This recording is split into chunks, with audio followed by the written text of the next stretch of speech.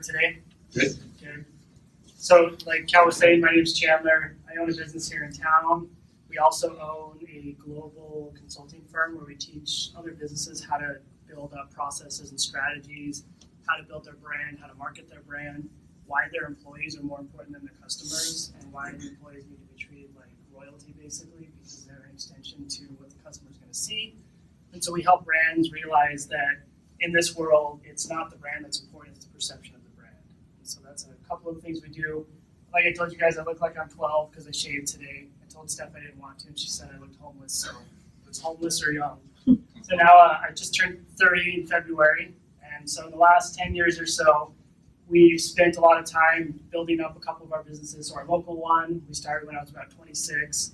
Then we started the business group we call Mad Lab a couple of years after that, probably in the last 3 or 4 years. And now we have the branding agency that we started in the last year. And so it's just been business after business after business we're building up. And everything we build, and every time we learn something new, and every time we start something and talk with any sort of business environment, executive leadership, it always comes down to the perception of the brand that makes the brand important to the consumer and to the employees and to the leadership. And everything's an extension of everything. If one piece, I call it like the cog. There's 3 pieces: the customer, the employees, and then like the executive and leadership teams. And if all 3 aren't happy and if all 3 aren't functioning right, the whole system falls apart, the whole system fails, and the whole system can't function like it should. So when I was growing up, I never really had anything growing up, so it wasn't like, hey, here's a business, enjoy, here's $100,000 to build into it. It was, we've got to figure out how we're going to finance this thing, so we bootstrap finance. We basically beg, borrow, and plead to raise money and figure it out, and then grow the business organically. So we did a lot of our things from the ground up. We never had any sort of like higher level of people telling us what to do or how to do it. We didn't get into the egocentric philosophy either as we were growing, so it wasn't us and then everyone else, it was us and then everyone else. So we really learned how to build up organizations and why it's important from the ground up, not from the top down. If you guys have ever experienced top-down leadership, it sucks from the employee side because you don't get a lot of communication, you get micromanaged, and you don't necessarily feel like what you're doing is contributing to the overall good.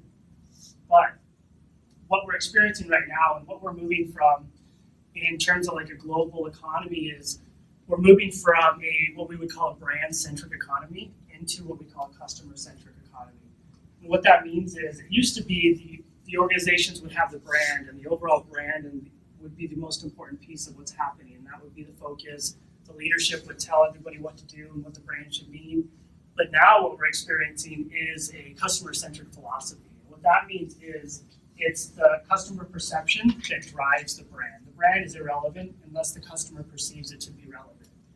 And the only way you create the perception of relevancy is if your employees are on board with what the brand represents. And this is more than just a bunch of words on a wall that you call your like company ethos and a lot of that. This is the employees really understanding what's going on, living, eating, and breathing what's going on, and truly believing in it because they believe in the people who are leading them to do it, and because they believe what they're doing is making people happier, they can live better lives, and they can kind of pursue what we would call the dream, right, or something like that. How do you guys like that idea? Pretty good stuff, right? So when you think about it, what you're doing every day, the work you're doing, sometimes you feel like what you're doing is tedious and you get the blinders on and you don't see the overall picture and everything that's going on around you and how much of an impact you guys essentially have on the people that are the consumers of what we would call your product or consumers of your service. And so when you guys are in the sink, you're working, you're doing your thing, and when things go right, it trickles all the way down the line. So you do whatever you need to do right, all your checks and balances are in order, the next guy gets what's going on, they do it right, goes down the line, and then the end result is a happy customer or a happy person who's been afforded your service. And if all goes well, that's what we want, because now the perception of that customer is everybody did a great job, I'm really happy with what happened, and I'm going to come back there for everything I need, and I'm going to recommend to other people how amazing this team was. And even though you guys don't necessarily see the customer all the time, or you may not actually be there every single time someone comes out and is all happy and excited, whenever you're working on these things and you think like, what I'm doing is tedious, I don't really care right now, You just have to think about the big picture. And the big picture, or what I call is the long-term plan. And the long-term is what I'm doing right now is going to have a direct and immediate effect on the person who's going to be consuming what I'm doing. And so if you're working on things and something doesn't go right, or something gets messed up, and down the line it gets messed up, and then down the line it gets messed up, now you get just a trickle-down effect. So you get a customer who's not happy, or you get someone who gets delayed and doesn't get to get work done, or you get problems on there, and then that trickles to the next line, which trickles to the next people, and then everybody starts getting frustrated with each other, and everybody starts getting mad, and nobody wants to work together because now you've created like a frustration barrier amongst your team and your staff and everybody just because of one mishap or one problem or one issue. And problems and issues are fine. And when we look at customer-centric organizations and the way you guys function here, you guys there should be mistakes, there's going to be problems, there's going to be issues. But the difference between like a brand-centric organization and a customer-centric like yours is, in your organization, when something goes wrong, you guys meet with your team, you talk about what you can do better, you talk about what could have been fixed, you talk about why one team wasn't doing whatever they needed to do and how you guys can create team cohesiveness based off those things. And the whole idea is we need to have a top-down look at what's going on, what can be made better, and how you guys can improve those processes versus just a micromanagement top-down philosophy where someone just tells you what to do all the time. What do you guys think about that stuff? Pretty exciting? Good times? I like it. So when you guys think about what you're doing in here and what you're doing in your daily, and by the way, I didn't go to business school or anything like that. I went to school for biochemistry. So I learned zero business in school, and I learned that school wasn't necessarily the greatest place to teach me that kind of stuff. So a lot of it is just learning on the fly, learning while you're doing things, and learning just by actually doing it. And I think that's the difference between theory and practicality as well. You can learn everything you need to learn in school, but when you're actually in here in the job and you're doing what you need to do and you're learning that stuff every day and you're making mistakes and you're improving on those mistakes, you're talking to your team, you're not only growing as people, you're growing in basically your professional capacity, and you're growing in your capability to continuously do those tasks and to do those tasks better. And so when you think about every day that you're in here and you're grinding, sometimes it's long, sometimes it's a little bit miserable to grind all the time, to work as hard as you have to work sometimes, but you have to remember the long-term plan is always that you want to put a smile on someone's face at the end of the day. You want your team to be happy working with you. You want the leadership to be happy working with you guys. And you want to continuously put back into the organization that cares a lot about you and a lot about what you guys are doing. And when you think about how much effort the leadership and everybody in this organization puts into the employees, you realize that this is one of the few places that I've walked into that will go to these kind of efforts to make people happy and to help out and to make sure everybody's on the same page and everybody's improving and everybody kind of has a good direction. Everybody's pumped and motivated, at least most of the time. Sometimes you wake up and you're like, mother of God, it's Monday or Friday or whatever your Monday is, and you don't want to do it, but you do. And if you're in an organization that supports you, you continuously want to come back to this place. You continuously want to keep doing it. You want to keep driving. You want to keep moving forward. And you look forward to working with the people you're going to work with. Right? Does everybody like everybody in here? Yeah. So that's what I like to do over there. So everybody stand up if you don't like someone. I'm just kidding. Let's not do that. Oh, there we go. I'm sorry. That was easy. So we just single-handedly singled someone out in the room. No, it's sad. Are you okay? I have a tape that I put in every night when I go home. So Like a nice little mixtape. I put it in there. I like to put those tapes on and listen to 90s hip hop before you go to bed. Then go to bed and say, like Ice Cube says, today was a good day. The promotion. So just when you're going through your day, the whole idea behind what we're talking about here is understand that it's not just you that's working here. It's not just you doing this by yourself. Everything you do extends to your team, which extends to the person who eventually consumes what you're doing or gets provided the service that you're doing. So when you mess something up or when you don't do something right, it's important that you not only look at it and say, all right, how could I have done that better, but you look at the people who are working in other departments and who are doing other things and you say, okay, they might be frustrated because this might have gone wrong, so maybe we should work together, we should talk to each other, we should figure out how we can be more cohesive, how we can fix those problems, and how we can work to create a better experience in the long run, or a better experience for the person who's going to consume what you're doing. When I think about businesses and the way I do business and the way we build ours, the only thing I ever think and care about is how happy the people are that are working for us and what the customers are saying. And we call that listening and just paying attention to what people are doing. And if those are the most important things you think about, like you guys being happy and then the customer or the person who's giving your service being happy, those are the things that make an effective organization. And if you want your organization to be ultimately effective, if you want your organization to thrive, and if you want your organization to be cohesive, not have tension, and to be ultimately happy, you have to create that culture of caring. Are you guys familiar with the culture of caring at all? So the culture of caring is the fact that I not only care about what I'm doing, I care immensely about what the person next to me is doing, because I know if I screw up, he screws up, and then the whole thing screws up, then we're going to be mad at each other for whatever reason, because we're people and we're going to get frustrated with the process. So what I need to look at is, I'm working on what I need to work on. I'm looking over, I know what he's working on, and I know if I mess something up, I'm going to get help, I'm going to talk to people, we're going to figure out how to fix this together, because eventually I want the person who is going to be on the receiving end to say, that was great. I had a good time, I really enjoyed my experience, especially in a hospital. Nobody wants to be in a hospital unless it's like amazing here. It's 4-star, some are like 4-star resorts, then you want to end up in the hospital. But for the most part, people don't really want to end up in the hospital. What you want to do is you want to make sure that experience, when they do end up here, they have a good time and they enjoy themselves and they really feel like you cared about them and you really put forth that extra effort. Have you guys ever walked in? So an example of the culture of caring, have you ever walked into a business and when you left, you felt like the person was your best friend? Or you felt like they really cared, they went that extra mile for you? And so when you think about being on the receiving end of that, how did that make you guys feel? Mixtape? Yeah, feels good, right? You feel like normally we get this connotation that businesses don't care, that you're just a number and that they just want to cycle you through. But if you start to develop that personality with customers that they feel like you actually care about them and they feel like you actually went the extra mile for them, they're going to talk about that, they're going to tell people about that, and they're going to be super excited and pumped. And then someone's going to tell someone in the hospital, and they're going to tell you guys, and it's going to trickle down, and then it's going to be all like sunshine and gumdrops, right? Everybody wants the sunshine and gumdrops feeling. That's what it's all about.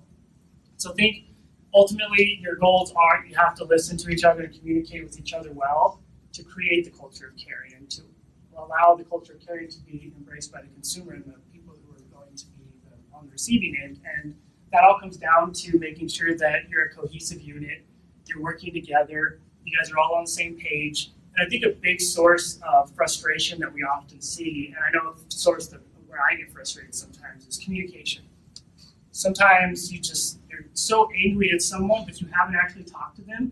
By the time you talk to them, you realize, so we were both mad about things that we didn't know we were mad about. And then you guys are fine because you talked about it, you went through it, you worked it out, you didn't get emotional about it. And then by the time you guys are done with it, you've actually turned it into something that was positive and something that was productive for you. And so when you think about getting rid of frustration, there's communication. Good times. So when you think about this, the most common source of frustration in the workplace is just lack of communication. And it's often because we just don't communicate. We get frustrated. We want to put our head down and not talk to anybody. And that you can't embrace the culture of caring if you don't talk to each other. And when you guys work with each other all the time, or when you're working in different departments on different floors, different places all over the place, even the people who you're not with all the time, it's important to go out and talk to a little bit and to kind of develop an understanding of how they feel. If you can't see the world through someone else's eyes, you're never going to get very far because you're only going to see your own little unique segment, and you're not going to understand how someone else might feel and what someone else is thinking and why they're thinking that way and why that's important. And that's why things like this are organized, because we want to help everybody establish different viewpoints and different ideas, and we want to really work to develop the culture of caring amongst employees and businesses and people who work for maybe contractors and a lot of that stuff. Because if we can't ultimately embrace the culture of caring inside the workplace, that becomes huge outside the workplace. You develop this thing where Have you guys ever heard of like a cult-like workplace where you feel like there's just this vibe in there? You watch movies and you see places like Google with like sleeping pods and food and all that stuff. You want to create this cult-like experience in your workplace to where it's not like work. It's something that you enjoy doing, you enjoy the people around. There's frustrations, you know how to work around it though. And what that does is it ultimately develops a culture in the business and an identity.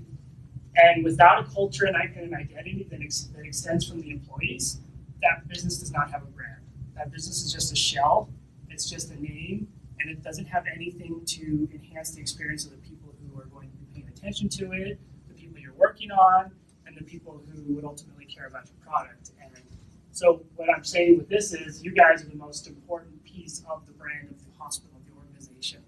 If you can't work together, if you can't bring out your culture and bring out your identity and really feel like you're a part of this and you're a part of a team and this is you, then you can't create the brand. The brand can't be enhanced. The brand can't express that to the customer because who's the ultimate person who's going to branch everything off to the people who are going to be providing your service?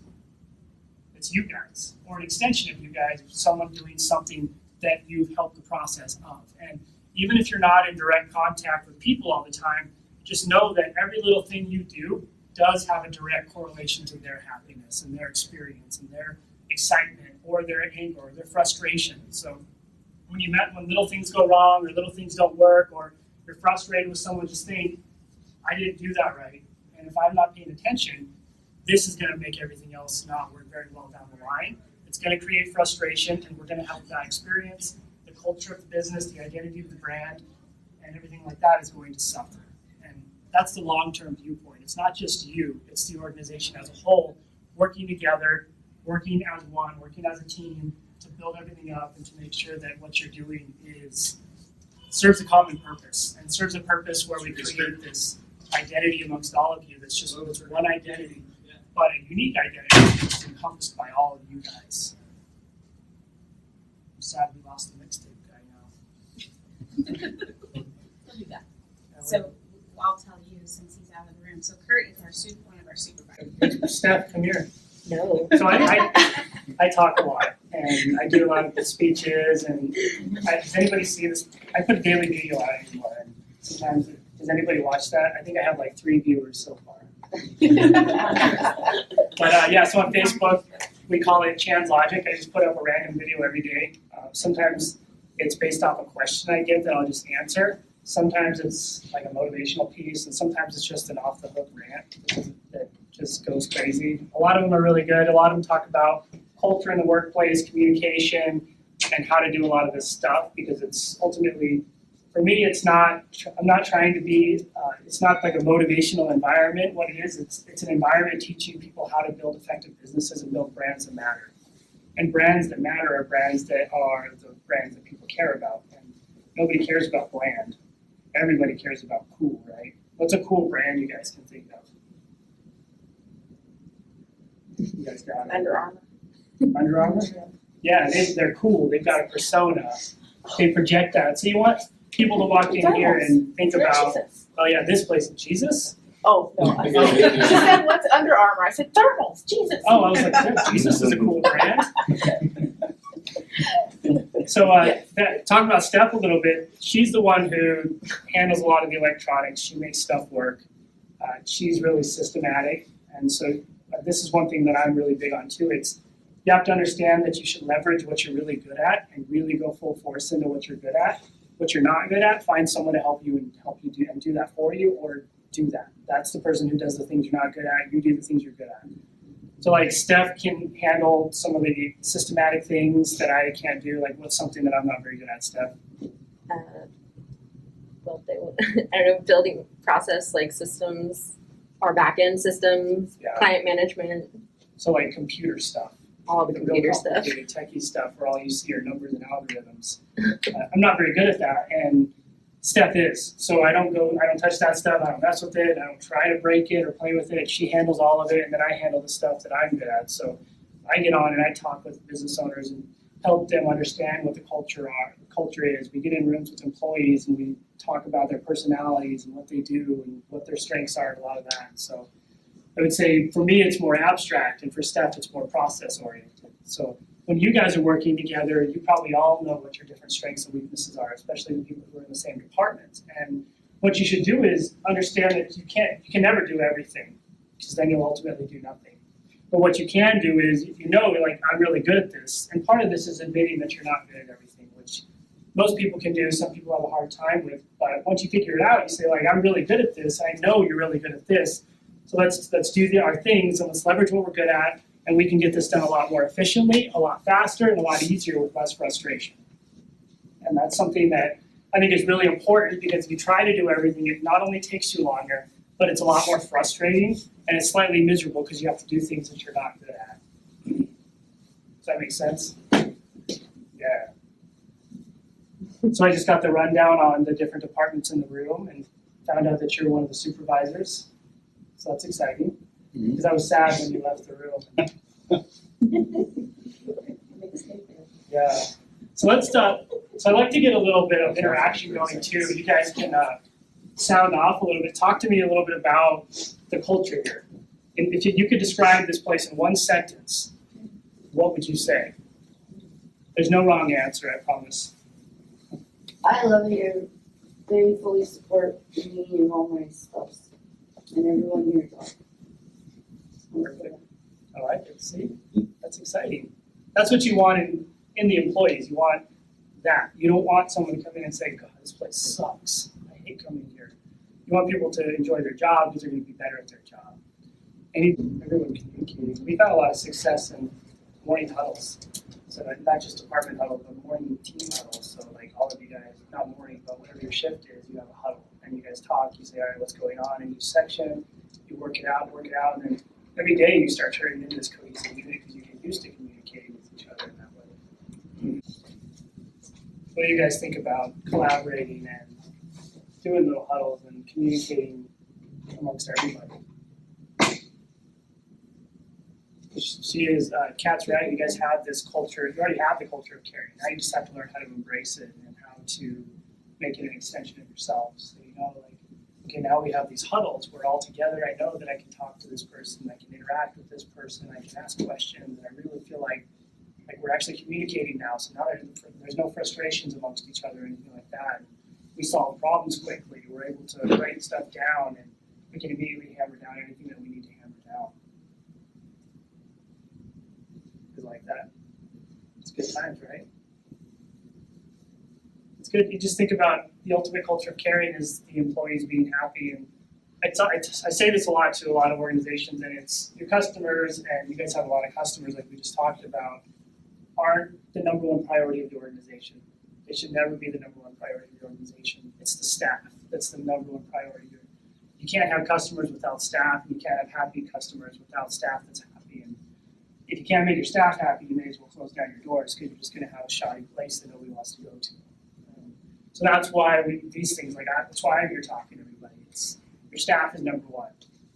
Out of any day of the week, your employees can never surpass the importance of your staff, and organizations that learn to embrace this, create this culture of caring, and really work this culture into what they do and ingrain this are the organizations that ultimately do really well and succeed and don't have problems down the line. It's easy to outsource something and save a couple bucks, but it's a lot harder to build someone up to be at a level to where they really care. And it might not save you money, but in the long term, it is going to save you money, and it is going to be better for the customers, and it is going to alleviate frustration. So it's ultimately a long-term plan to make the employees number one and to make sure that they're wholeheartedly embracing the organization. That's a good point. Continual improvement of your processes creates more efficient processes. It also creates new ways to do things, new processes. And if everybody's involved, everybody's one unit, you see it from several different viewpoints. You don't just see it from what you're doing, they bring what they're doing, and then you guys create these continually improving processes. Like what you just brought up is great. That's why things like we were talking about earlier, like a huddle a couple times a week with everybody. Huge. You guys can do a 15 or 30-minute huddle. Like boom, boom, boom, what's going on? How's it working? How's everyone feeling? And then you're in and out. And it gets rid of the super long meeting mentality. It gets more into, all right, we're in and out. This is great. I like it. So just think about you are the epicenter of the organization. You create the culture of caring, and caring is expressed from you into all your various different customers and personalities you interact with and all the people that consume what you're doing. So, and your team, it's not just you doing it, it's your team. So be a cohesive unit, communicate with each other. If you're frustrated, tell someone why you're frustrated. If you keep the emotions out of it, you say, I'm frustrated because, and you listen to what someone says and then ask a question.